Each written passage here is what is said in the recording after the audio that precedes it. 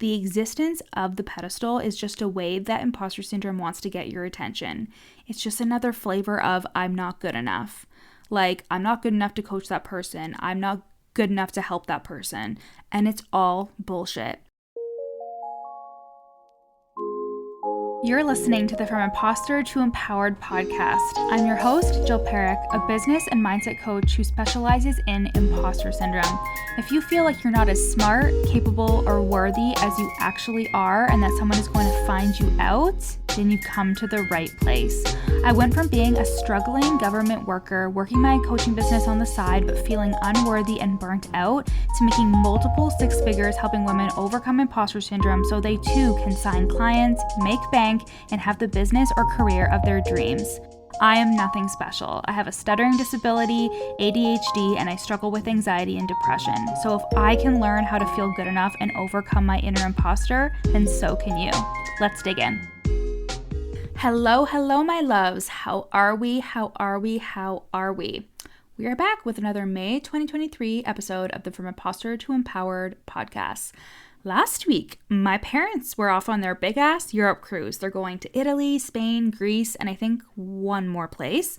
They are huge Formula One fans, so they're going to a couple races. And then in December, we're all going to go on a big family cruise with my paternal grandparents. So that will be super fun. And I haven't been on a cruise in years and years. I think I was like 11 or 12 the last time I was on a cruise. So I'm really excited for that. And not much is happening over here at JP Coaching. We're coaching, we're changing lives, we're going after the things we want, we're making shit happen here in Worthy and Wealthy, my one-to-one coaching program and mentorship. This is the place for coaches to stop feeling like a fraud when they show up online, to market and sell their services with confidence, and to sign four-figure coaching clients.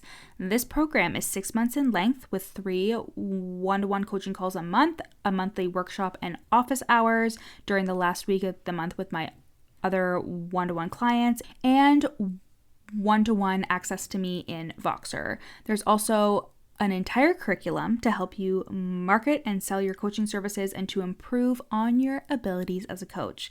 So you can go to the link in my show notes and book a sales call with me and become your most worthy and wealthy self in 2023. So I had a pretty great coaching call with a one-to-one client that spurred the decision to write this episode. This client has been a client of mine for a very long time, but only in group containers. And it is just amazing being able to coach her one-to-one. Like, I am so obsessed with one-to-one coaching, guys. And I know I talked about it in a whole last episode last month, but it is just so special to be able to have an entire hour dedicated to yourself and to be able to say whatever you need and want to say. I actually noticed how much this client opened up when it was just me and her. And while I know that groups and masterminds are amazing and so transformative, one-to-one is oftentimes exactly what you need if you really struggle with imposter syndrome and you have a lot of thoughts about yourself that you don't necessarily want people to know. All of my clients thrive in one-to-one coaching because of this, and this client is no exception. So during one of our first calls, we talked about how she had thoughts about what her ideal client could afford, because in her mind, people with more money or who were seemingly better off than her didn't have as many problems as people who had issues or didn't have as much money.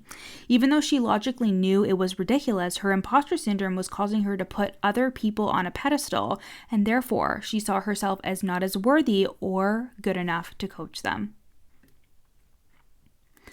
And this is something that you may be subconsciously doing too, telling yourself that you would only be able to coach a certain kind of person and canceling out anyone that might seemingly make more money than you or seemingly have their shit together more than you. But let me just tell you, if you are basing this off of social media, stop that right now. There have been so many times that people have reached out to me with high follower counts, or they seem like they're living their best life ever, or I just would have never guessed that they would want to be coached by me. But this has happened to me enough that I truly believe that there shouldn't be any type of fucking pedestal in the coaching industry, and you shouldn't even subscribe to that kind of system existing, because it truly only exists in your mind. It is almost always imposter syndrome trying to knock you down a peg. Because let's take the example of someone seeming like they have more money. Money does not eliminate your problems. Money doesn't make you more emotionally intelligent. Money doesn't make you any more confident. Money is just a number in a person's bank account. And it makes sense, actually, why you would think like this, because of the class system that society has put on us for years and years. But truly, more money does not mean shit when it comes to your ability to help somebody. Because coaching is a skill that is used to improve someone's brain and help them make moves to acquire a result. Whatever that result is defined and communicated to your audience by you. So for example, one of my clients is a relationship coach, and she helps you get over your breakup and attract a healthy, loving relationship, which is amazing, right? And I actually have no idea if she has these thoughts, but I mean, let's be real. She doesn't, because she works with me, duh. However, she could have had thoughts about, this person seems to be confident and seems to have their shit together, or maybe even has more money than me.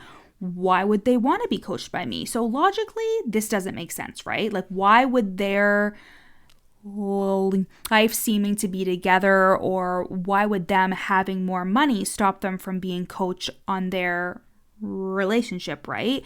But sometimes we feel things and subconsciously believe things that make no logical sense. Like, we may feel unworthy, but a lot of the time it makes no sense why we would feel unworthy. We just know that we feel it. So if my relationship coach client has this very specific result and she's communicating that she can help you get that result and coach you based on her expertise. And you are allowed to decide what your result is that you can help someone achieve. And once you decide that, you can help anybody achieve that, even if their circumstances look perfect. Because again, they may look perfect, but that doesn't mean that they are perfect, okay? Everybody's got problems.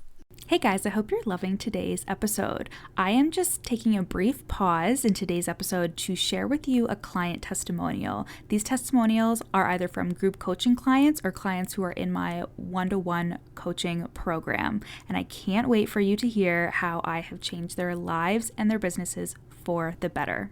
I started working with Jill, and I went from 0 clients to 11 clients.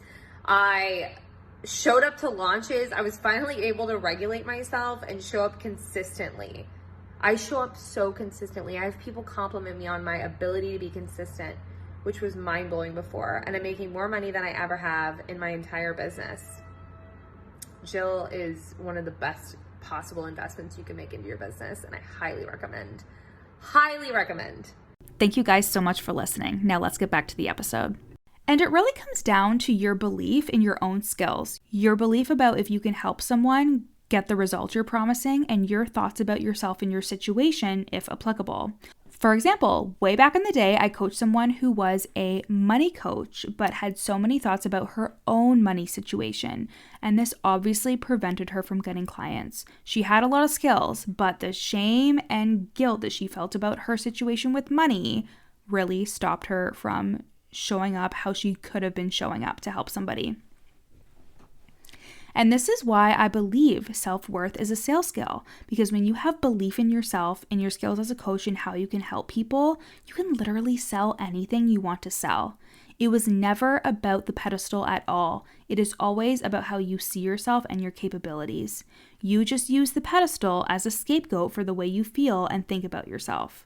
Like I said, I've worked with people who I convinced myself were doing better than me, and that meant that they didn't need help with anything at all, when really this was just a projection of my own thoughts about myself, that I wouldn't be able to help someone who didn't have a ton of problems, or coaches with a lot of money don't have imposter syndrome or confidence issues. Again, a projection of my own lack of belief in myself. And like I said, the pedestal doesn't and shouldn't exist in the coaching space, because anyone could benefit from anyone. When it comes down to it, someone could have a lot of money, but could be a shit coach. Or someone can just be starting out, or they need help with their marketing, but their coaching skills are off the charts. But none of it will matter at all when you have belief in yourself and in your skills and how you can help people.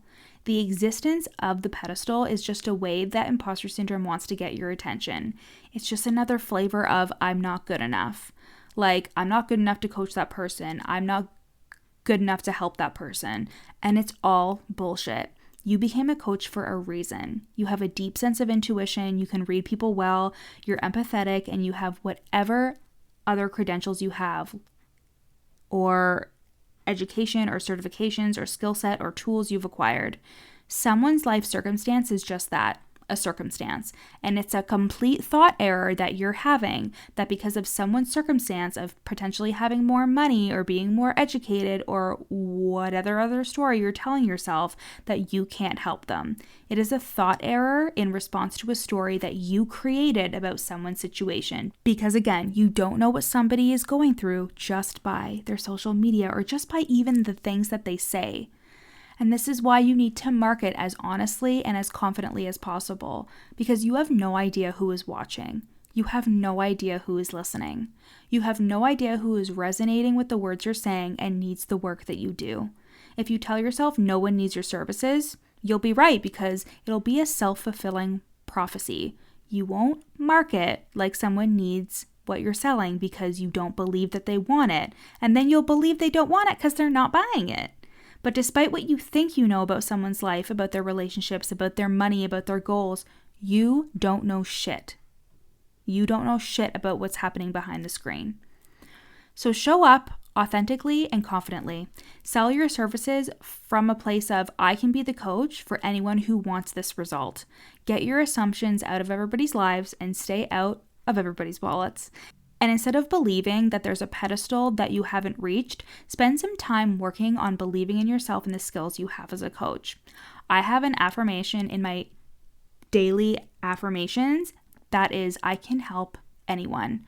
It's simple, but so goddamn effective. When I believe this, I show up more powerfully for my peers or any room I'm in. When I believe this, I am more headstrong in my beliefs and I say more of what I want to say in my Instagram posts. When I believe this, I am a better coach, regardless of if it's true or not. Like, I'm not out here saying I should help anyone, right? But the thought of I can help anyone only empowers me to see myself as I should see myself. And you should see yourself this way too. It is what will attract your soulmate clients to you, and it's more focused on you and your skills as a coach rather than the life or the monetary circumstances that surround you and surround others being the measurement for who is better than the other. So the pedestal doesn't exist. Instead, it is just a projection of how you perceive yourself and your skills as a coach. Surprise, surprise, it comes back to you and your thoughts about yourself. Who would have thunk it? And I would be honored to coach you and mentor you so you can feel like the best version of yourself, so you can expand your skills as a coach and feel qualified and capable to help anyone. My one-to-one coaching program, Worthy and Wealthy, will help you stop feeling like a fraud, improve your marketing, and help you sell your services with confidence, and will help you sign 4-figure coaching clients on repeat. I would love for you to book a sales call at the link in my show notes, and I'll see you guys next week. Bye. Thanks so much for listening to the From Imposter to Empowered podcast. Head to the show notes to learn how you can work with me, where you can buy my best-selling book, You're Not Special, and how to get on my email list for free. Screenshot this episode and add it to your Instagram stories, tagging me at Your Coach Jill. See you next time.